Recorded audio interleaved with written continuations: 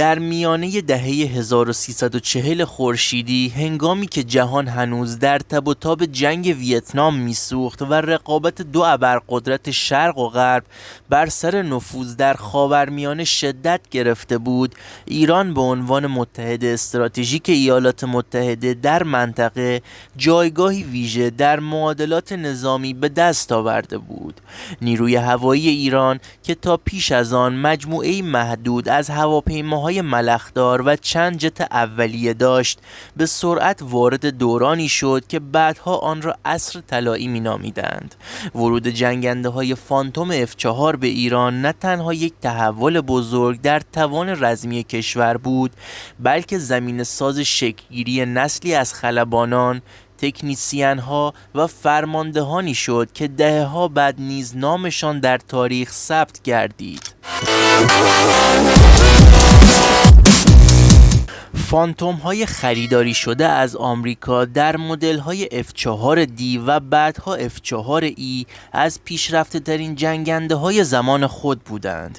ایران دومین مشتری خارجی این پرنده پس از بریتانیا شد و تا اواخر دهه 50 شمسی بیش از 170 فروند از این جنگنده ها را در اختیار گرفت.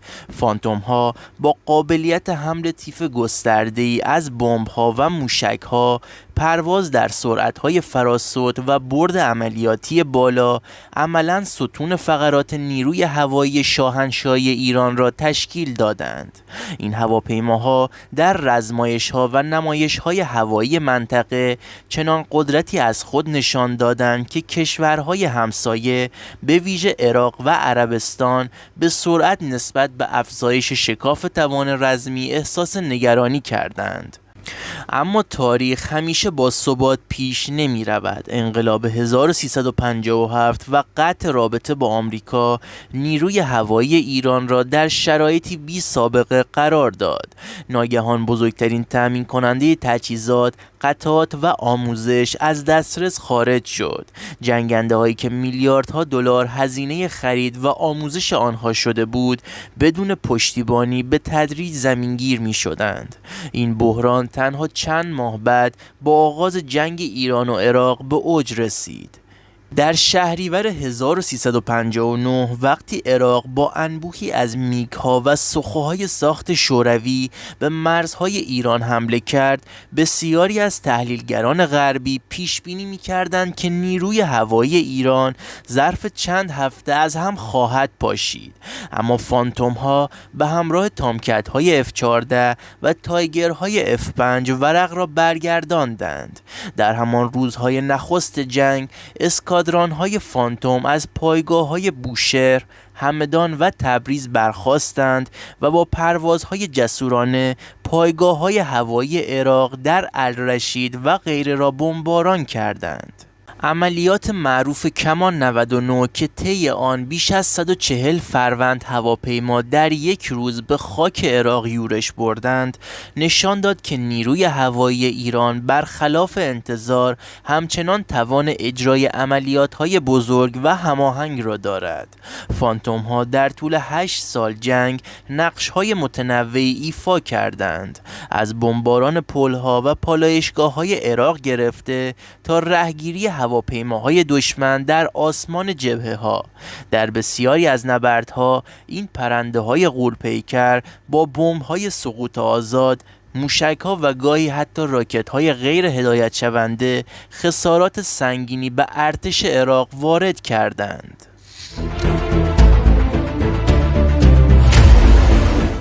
روایت‌های متعددی از شجاعت خلبانان ایرانی وجود دارد، کسانی که با وجود کمبود قطعات و خطر سقوط مأموریت‌های غیر ممکن اجرا می‌کردند. یکی از مشهورترین آنها عملیات بمباران نیروی هسته‌ای در نزدیکی بغداد بود که پیش از حمله اسرائیل فانتوم‌های ایرانی به آن حمله کردند. پس از پایان جنگ نیروی هوایی ایران با ناوگانی فرسوده اما با تجربه وارد دهه 70 شد. آمریکا همچنان تحریم‌های تسلیحاتی را حفظ کرده بود و خطر تجهیزات نوین تقریباً غیر ممکن بود. در این شرایط شعار اصلی نیروی هوایی خودکفایی شد. صنایع هوایی ایران که در دهه 50 تنها وظیفه تعمیرات سبک را بر عهده داشت، به تدریج به بازسازی موتورهای توربوجت، تولید قطعات حساس و حتی طراحی سامانه‌های بومی روی آورد. در دهه‌های 70 و 80 شمسی پروژه‌های متعددی برای ارتقای فانتوم‌ها آغاز شد. نصب رادارهای بهسازی شده، سامانه‌های جنگ الکترونیک جدید، موشک‌های هوا به سطح بومی و حتی موشک‌های کروز دوربرد روی این هواپیماها باعث شد فانتوم همچنان در صف اول مأموریت‌های سنگین باقی بماند. گزارش‌های متعددی حاکی از آن است که برخی از فانتوم‌های ایرانی به قابلیت حمل موشک‌های قطر یا سومار مجهز شدند. موشک‌هایی که برد آنها صدها کیلومتر است و می‌توانند اهداف استراتژیک را در عمق خاک دشمن نابود کنند. اما نیروی هوایی ایران تنها به حفظ فانتوم‌ها بسنده نکرد.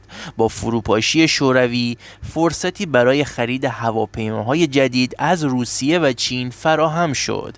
سوخو 24، میگ 29 و بعدها سوخو 25 وارد ناوگان شدند و بخشی از بار عملیاتی را بر عهده گرفتند. هرچند این پرنده ها به لحاظ تعداد محدود بودند، اما تجربه کار با آنها زمینه‌ای برای گسترش دانش فنی و تاکتیکی ایران فراهم کرد. در همین دوره پروژه های بومی مانند جنگنده صاعقه، قاهر 313 و بعدها کوثر مطرح شدند. هرچند این طرح‌ها در سطح بین المللی با تردید نگاه می‌شد، اما برای ایران اهمیت زیادی داشتند، چرا که نشان می‌داد صنایع دفاعی کشور قادر است دست کم بخشی از نیازهای خود را به طور مستقل تأمین کند. امروزه بیش از نیم قرن پس از ورود نخستین فانتوم ها، نیروی هوایی ایران همچنان یکی از نیروهای کلیدی منطقه است. فانتوم ها هنوز در پایگاه های همدان و بندرعباس عملیاتی هستند و تمرین های مشترک با سایر یگان ها انجام می دهند.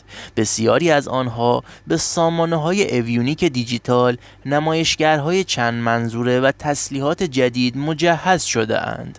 همزمان پروژه های بومی، پهپادهای رزمی، موشک های هوا به سطح نقطه زن و جنگنده های سبک داخلی بخشی از شکاف ناشی از عدم دسترسی به جت های نسل 4 و 5 غربی را پر کردند. از منظر استراتژیک نیروی هوایی ایران دیگر صرفاً به جنگنده های سرنشیندار متکی نیست. دکترین جدید ترکیبی از هواپیماهای قدیمی اما ارتقا یافته، پهپادهای انتحاری و رزمی و سامانه‌های موشکی زمین به هوا است. این ترکیب که در مانورهای اخیر به نمایش گذاشته شد، نشان می‌دهد که ایران برای مقابله با تهدیدهای مدرن رویکردی چند لایه انتخاب کرده است.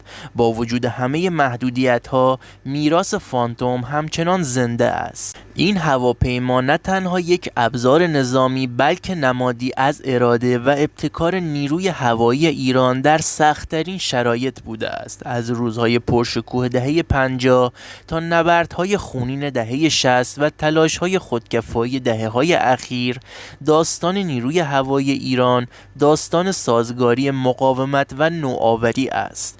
امروزه وقتی فانتوم‌های خاکستری رنگ از باند پایگاه‌های هوایی برمیخیزند، یادآور بیش از 50 سال تاریخ پرفراز و نشیب هستند.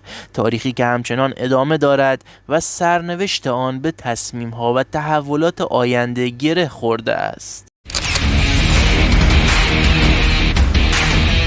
اگر به هر نوع ویدیوهای دانستنی نظامی علاقه‌مند هستید، توی کامنت ها بنویسید تا براتون منتشر کنیم. با تشکر از همراهی شما.